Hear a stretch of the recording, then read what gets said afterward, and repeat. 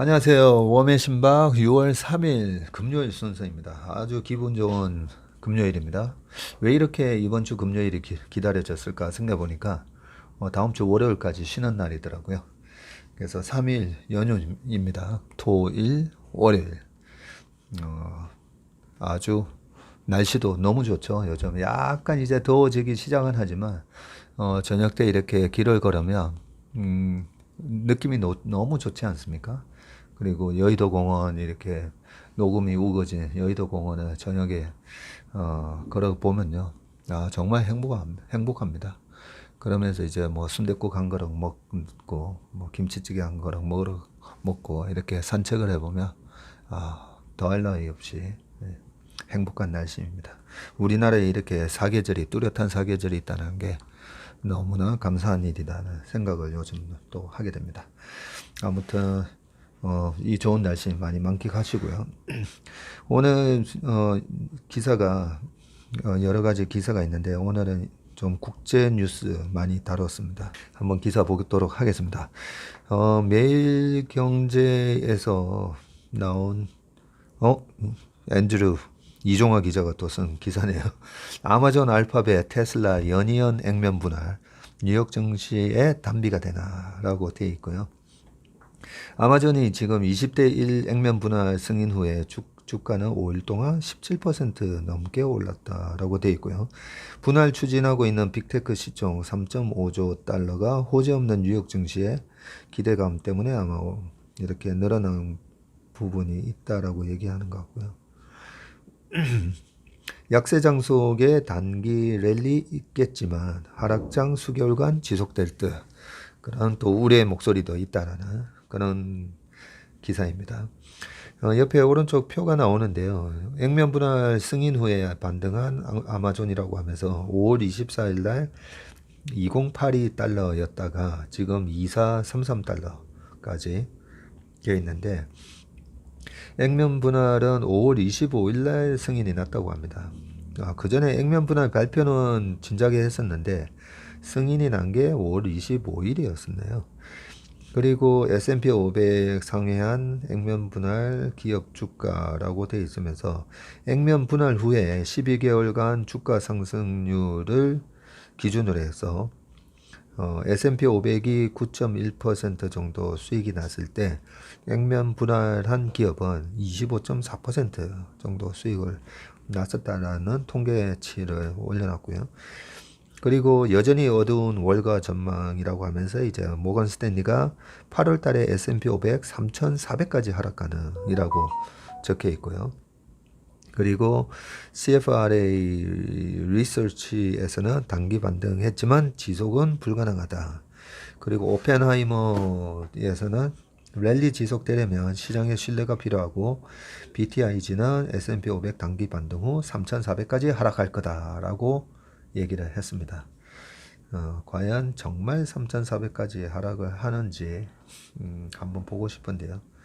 저는 3,400이 아니라 4,300을 갈 것 같은데 왜 이렇게들 어둡게 보는지 한번 쭉 또 읽어보겠습니다. 아마존 얘기는 조금 전에 이제 얘기가 됐고요. 우선 알파벳은 7월께 20대 1의 액면 분할에 나설 것으로 보인다. 마찬가지로 액면 분할에 나설 예정인 테슬라도 8월 주주총회에서 구체적인 내용을 발표할 것으로 예상된다. 뉴욕 증시에서 밈 주식으로 유명한 게임스톱은 지난 3월 액면 분할을 진행할 예정이라고 밝혔다. 아마존은 이미 주총에서 액면 분할 안건을 승인해서 3일 주주들에게 분할된 추가 주식 19개 증정을 완료한 뒤 6일부터 분할된 상태로 거래를 시작할 예정이다.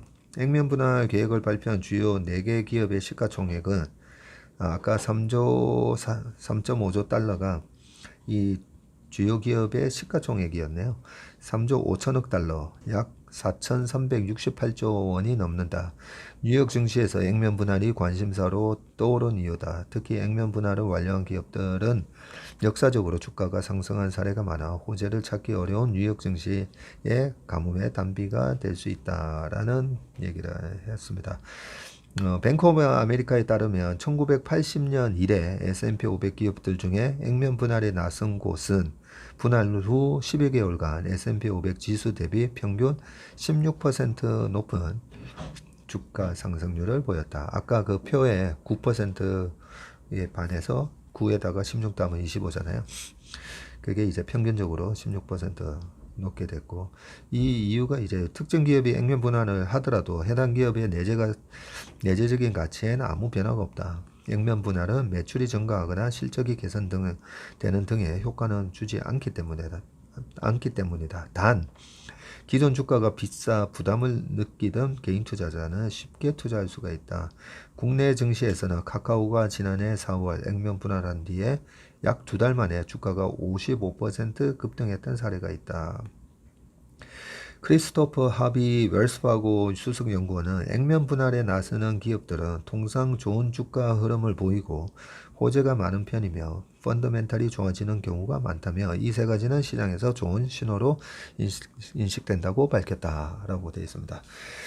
제가 이 기사를 가져온 이유가 액면 분할에 대한 명확한 우리가 개념을 가지고 계속 투자를 하셔야 됩니다. 액면 분할이라는 거는 액면가가 보통 이제 우리나라에서는 5,000원이거든요. 5,000원인데 보통 이제 코스닥 기업들 보면 액면가 500원, 어떤 기업은 100원 뭐 이렇게 돼 있습니다. 그러면 이제 한 주식의 액면 가격이 이제 5,000원이라는 거고요. 그 5,000원이 삼성전자 같은 경우에는 지금 67,000원에 거래되고 있고, 삼성전자가 50대 1로 2017년도에 액면 분할을 하기 전에 주가가 여기서 50을 곱하면 되거든요. 그러면 뭐 7만 원이라고 했을 때 50 곱하면 5, 7이 35, 350만 원이었어요. 액면가가 5,000원짜리를 5,000원짜리가 시장 가격이 350만 원에 거래됐던 거죠. 그러다 보니까 삼성전자 한 주 살려면 350만 원.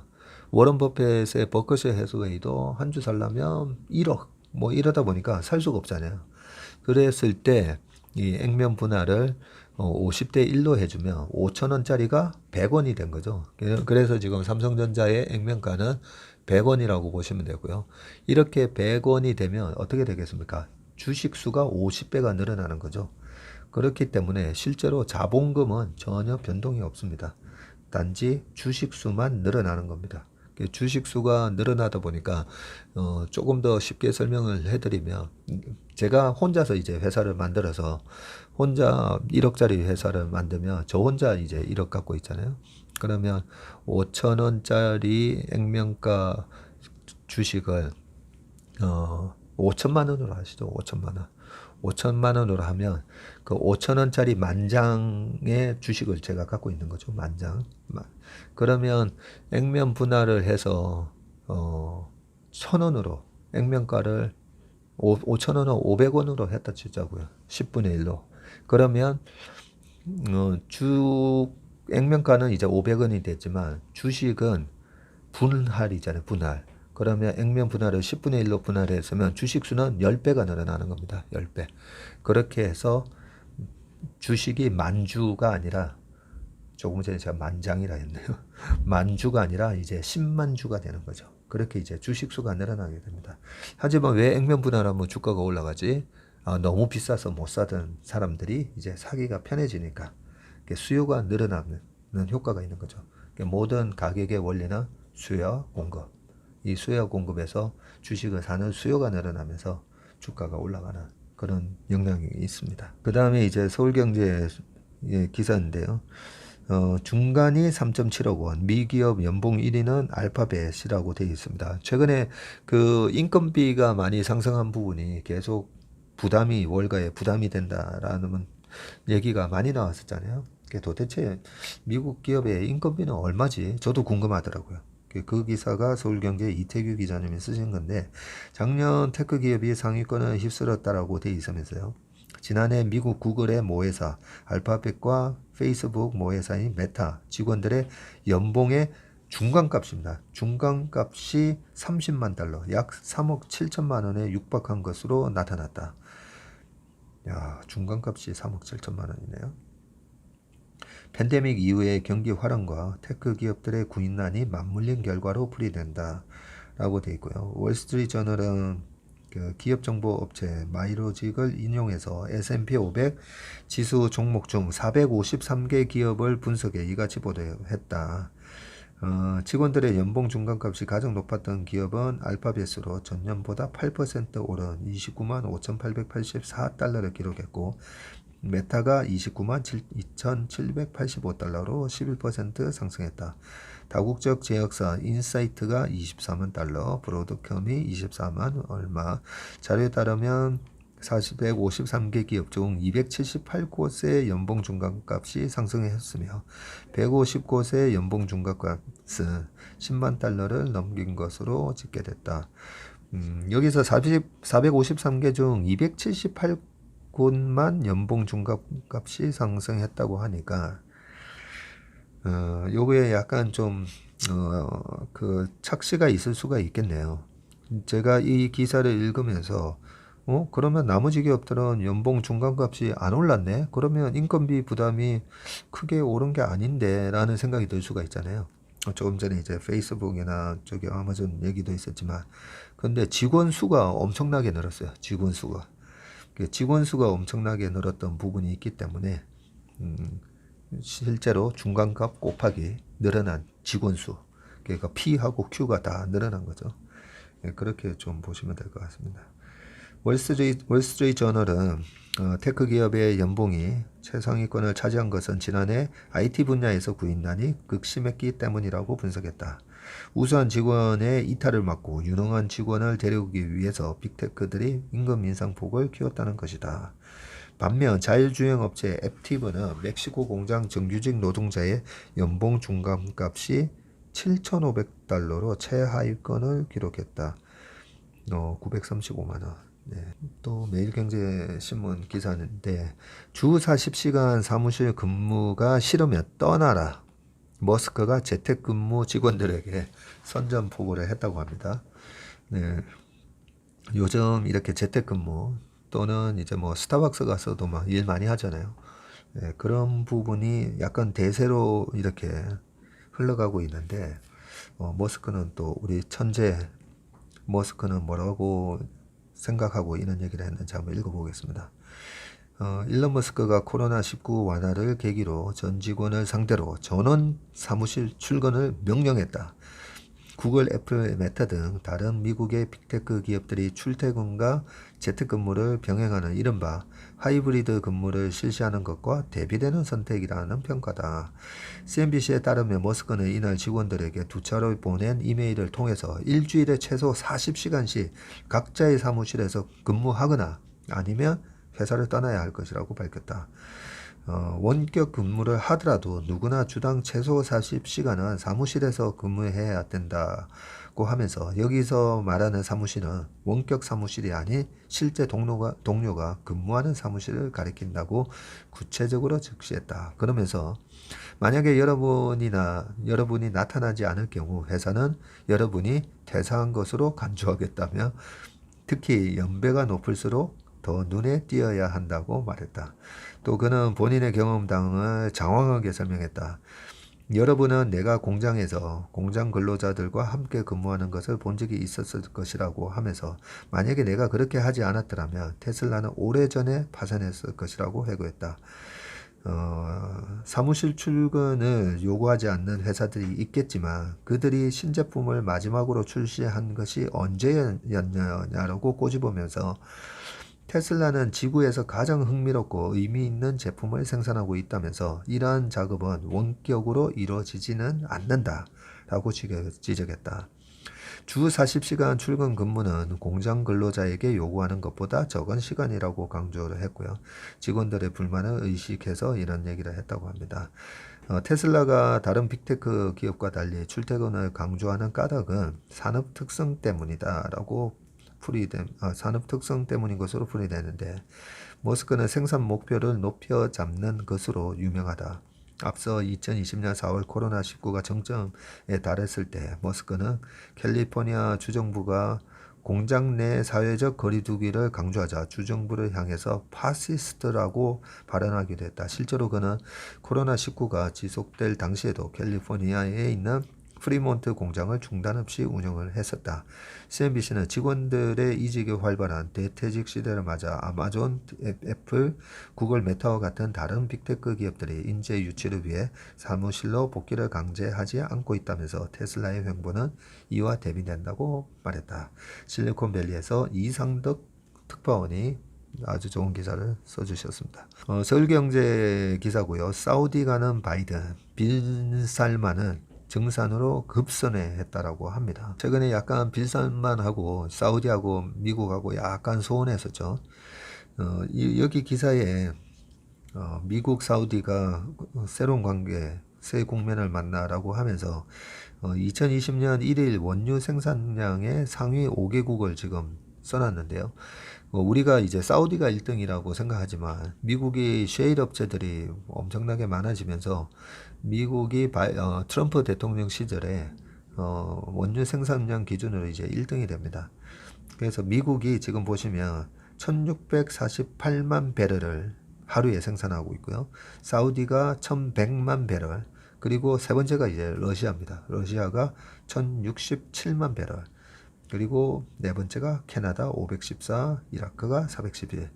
이러다 보니까 아무래도 유럽이 러시아하고 되게 가깝잖아요. 땅으로 이어져 있다 보니까, 그래서 뭐 송유관을 통해서 러시아 원유를 갖다가 이용을 했었는데, 이 정도로 러시아가 기름을 많이 생산을 합니다.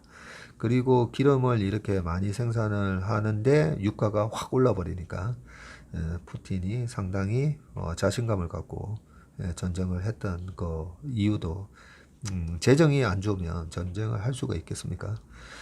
그렇게 러시아가 세계 3대 원유 생산국이다라는 걸 우리가 알고 넘어가시면 될 것 같고요.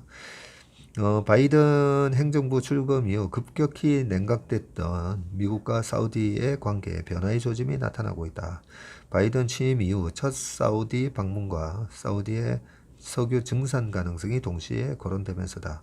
그간 인권 문제 등을 이유로 사우디에 대해서 비판적이었던 바이든 정부가 물가를 잡기 위해서 석유 대국 사우디에다가 화해의 손길을 내밀었고, 사우디 역시 국제 원유 시장에서 영향력을 유지하기 위해서 미국이 요청한 증산 가능성을 열었다는 분석이 나온다.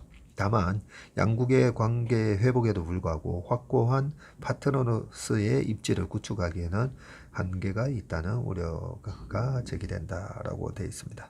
조선일보 기사네요. 모든 상황이 S를 향한다. 스태그플레이션. 미경제 연착륙 가능성은 희박하고 라고 하면서 경제석학 스티븐 로치 인터뷰가 있습니다.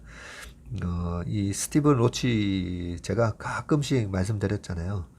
굉장히 그동안 오랫동안 우리 실무를 하면서, 그때 당시에 이제 모건 스탠리에서 그 이코노미스트 할 때도 계속 좀 이제 비관적인 얘기를 많이 하신 분으로 유명했다고 제가 말씀드렸죠. 여기 설명이 되어 있습니다. 스티븐 로치는 투자은행인 모건 스탠리에서 수석 연구원, 모건 스탠리 아시아 회장 등을 역임하면서 중국과 아시아 전문가로 알려진 석학이다. 1970년대 미 연방준비제도에서 연구원으로 근무한 적이 있고 2010년부터 예일대 경영대 석좌 교수로 재직 중이다. 누리엘 루빈이 미 뉴욕대 교수와 함께 경제 위기의 위험을 강조하는 대표적인 비관론자로 꼽힌다라고 우리 김신영 기자님이 알고 계시네요. G2 불균형, 넥스트 아시아 등을 썼고 미중 분쟁과 탈세계화를 다룬 우연한 분쟁, Accidental Conflict이라는 책이 곧 미국에서 출간된다고 합니다. 한번 읽어보고 싶네요. 이 스티븐 로치가 미 연준 파월 대응이 너무 늦었다. 40년 만에 고물가 잡기 위해선 훨씬 빠르게 금리 올릴 수밖에 없고 내년까지 이어질 경기 침체 유발이라고 돼 있으면서, 인플레이션 잡으려고 기준금리를 빠르게 올리면서도 경제는 연착륙시킨다고요? 그건 연방준비제도의 희망일 뿐 가능성은 바늘구멍만큼 작습니다. 라고 얘기를 하면서 연준은 물가를 잡기 위해 시장 예상보다 훨씬 빠르게 금리를 올릴 수밖에 없다. 내년까지 이어지는 깊은 침체가 유발될 것이라고 했다. 미국의 소비자 물가 상승률은 8%로 치솟으며 40년 만에 인플레이션을 겪고 있는데 로치 교수는 바로 40여 년 전 연준에서 연구원으로 근무했다. 그는 연준이 너무 늦게 움직였다고 하면서 인플레이션이 계속 악화될 수밖에 없는 상황이고 너무 늦어서 다급해진 연준은 모든 여건이 스태그플레이션을 향하고 있다라고 하고 있습니다. 스태그플레이션은 아시다시피 물가 상승과 경기 침체가 동시에 발생하는 현상이고요. 보통은 경기가 좋으면 물가가 올라가고 경기가 안 좋으면 물가가 또 빠지고 그런데 지금은 물가가 올라가는데도 경기가 침체되는 그런 스태그플레이션을 향하고 있다라고 얘기를 하고 있습니다. 제롬 파월 연준 의장이 연착륙이 가능하다고 얘기한 부분에 대해서 어떻게 생각하냐 했더니 희박하다고 본다. 파월의 문제는 인플레이션의 심각성을 너무 늦게 인지했고 긴축까지 지나치게 긴 시간을 기다렸다는 것이다. 내가 연준에 근무할 때 아서 번스와 폴 볼커 두 명의 의장을 겪었다. 본서 의장은 물가 상승이 일시적이라고 했고 식료품, 에너지 가격 급등을 기준금리로 잡을 수는 없다고 하면서 손을 놓고 있었다. 파월 의장과 비슷하다. 이번에 연준은 물가가 8%를 넘어갈 정도로 치솟은 후에야 기준금리 인상을 시작했다. 늦었기 때문에 기준금리를 급격하게 높일 수밖에 없다. 그러면 당연히 경기 침체 가능성은 매우 커졌다라고 쭉 얘기를 하고 있고요. 고용시장이 탄탄하다고 무조건 좋아할 일인지 다시 생각해 봐야 된다. 인플레이션 억제라는 목표만 놓고 본다면 좋은 뉴스가 아니다. 여전히 고용시장이 좋다라는 그 주장에 대한 답변이고요. 구인이 어려울 정도로 과열된 고용시장은 오히려 악재다. 임금 인상 압력이 커지기 때문이다. 1970년대에 일어났던 임금 인상과 물가 상승의 악순환은 연준의 악몽이다. 볼크 의장이 이런 물가 상승 흐름을 반대로 돌리기 위해서 기준금리를 파격적으로 인상하는 과정에서 침체가 발생했었다라고 얘기를 하셨습니다. 한국경제신문 기사고요. 경제위기 트라우마 일본 기업 돈 벌어도 쌓기만 한다라고 하면서 이 기사가 일본이 흔들린다라는 그 기사고요. 그 특집 기사의 17번째 순서인 것 같습니다. 일본인이 투자 안 하는 이유라고 하면서 도쿄의 정영효 특파원님이 쓰신 기사인데 한번 읽어보겠습니다. 우리가 계속 일본에 대해서는 공부를 해야 된다고 했잖아요. 우리의 미래가 될 수가 있기 때문에 수전노 같은 일이다. 2015년 1월 아소다로 당시 일본 부총리 겸 재무상 경제단체 초청 신년회에서 기업의 원색적인 비난을 쏟아냈다. 기업이 막대한 이익을 올리면서도 임금 인상과 설비 투자에 인색하다는 비판이었다. 기시다 후미오 총리 내각 들어서도 부정적인 시각은 변하지 않았다. 스즈키 주니치 재무상은 작년 10월 취임 기자회견에서 기업의 내부 유보가 전례 없는 수준이라고 지적하면서 내부 유보금은 기업이 매년 벌어들인 이익의 일부를 쌓아놓는 적립금이죠. 일본 정치권이 민간 기업의 금고에 따가운 시선을 보내는 배경에는 괘씸함이 자립잡고 있다는 분석이다. 일본 정부는 아베노믹스를 통해 지난 10여 년간 의도적으로 엔화 가치를 떨어뜨리고 법인세를 낮춰줬다. 이익이 늘면 기업들이 자연스럽게 임금을 올려서 소비가 늘어날 것으로. 그렇죠. 이익이 늘고 하면 또 투자도 좀 공격적으로 할 수도 있고 그러나 기업은 임금을 올리는 대신 비정규직 근로자 비중을 높여서 임금비를 더 줄였고 2020년 일본 기업의 지금 내부 유보금이 484조 엔이네요. 한 4,800조 정도 되는데 9년 연속 사상 최대치를 지금 기록하고 있답니다. 이 시기 내부 유보금은 1.6배, 9년 동안 1.6배가 늘었고요. 정치권이 돈을 벌게 해줬더니 자기 주머니만 채운다고 비난하는 이유다. 여당인 자민당이 내부 유보금에 비례해서 세금을 물리려 한 적도 있다. 박근혜 정부 때도 이런 시도가 좀 있었잖아요.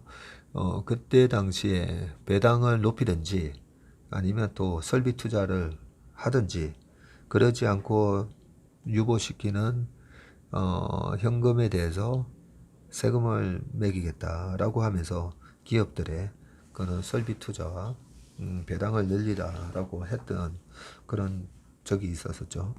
실제로 그 이후로 우리나라의 배당 성향이 우리나라 기업들의 배당 성향이 꾸준히 좀 올라오건 거는 있습니다. 지금 일본 기업이 이제 수존노라는 비난을 감수하는 것은 만에 하나의 상황에 대비해야 한다는 인식이 워낙 뿌리 깊기 때문이라는 분석이다. 거품 경제 붕괴 이후에 30년 장기 침체에서 살아남은 일본 기업은 2008년 글로벌 금융위기, 2011년 동일본 대지진, 2020년 코로나19를 차례로 겪었다. 미중 패권 전쟁, 경쟁, 러시아의 우크라이나 침공 등으로 경영 환경이 한치 앞을 내다보기 힘들어진 상황에서 포스트 코로나에 대비한 사업 전환도 서둘러야 한다. 지갑을 열지 않는 것은 일본 소비자도 기업 못지않다. 기업도 돈을 안 쓰고 일본 소비자도 돈을 안 쓴다는 얘기네요. 2021년 일본의 가계는 연수입의 34.2%를 저축했다. 와, 저축률이 어마어마하네요. 이번에 미국 보면 저축률이 한 4%로 나왔던 것 같은데 저축률이 2008년 글로벌 금융위기 당시보다 10%포인트 이상 높아졌고요. 지난해 월 평균 소비 지출이 27만 9천 엔인데 코로나19 직전인 2019년보다 4.6% 감소했다. 2021년 말 일본 가계의 금융자산은 2023조 엔으로 한 2천조 되네요. 2천조 엔을 처음으로 돌파했다. 1992년 1000조 엔을 넘어선 지 30년 만이다. 가계 금융자산의 54%인 1092조에는 예금과 현금에 묶여 있다. 주식 비중은 10%에 불과하다. 주식과 현금 비중이 각각 40%, 10%인 미국과 반대다라고 되어 있습니다. 미국은 주식 비중이 40%나 됩니다. 현금과 예금을 주식시장과 같은 성장 분야로 흘러 들어가게 하는 것은 일본 경제의 부활과 직결되는 문제로 평가된다. 일본 정부는 수십 년째 개인 금융자산을 저축해서 투자로 돌리기 위해 애써왔지만 헛사였다. 일본 중장년청은 버블 붕괴와 글로벌 금융위기 당시 주식 증서가 휴지 조각이 되는 것을 경험한 세대였다라고 되어 있습니다. 일본 인구 자체가 지금 노령화 비율이 전 세계에서 가장 높잖아요.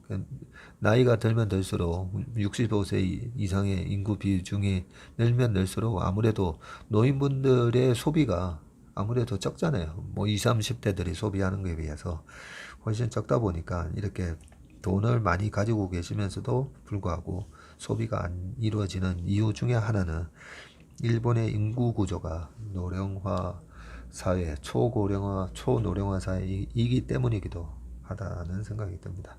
네. 네, 오늘 기사는 여기까지입니다. 오늘 좀 빠르게 앞에 잡담을 하고 얘기했더니 빠르게 끝냈습니다. 오늘 3일 동안 이어지는 연휴에 이 좋은 날씨 만끽하시고요. 건강하고 행복한 주말 되시길 바라겠습니다. 감사합니다.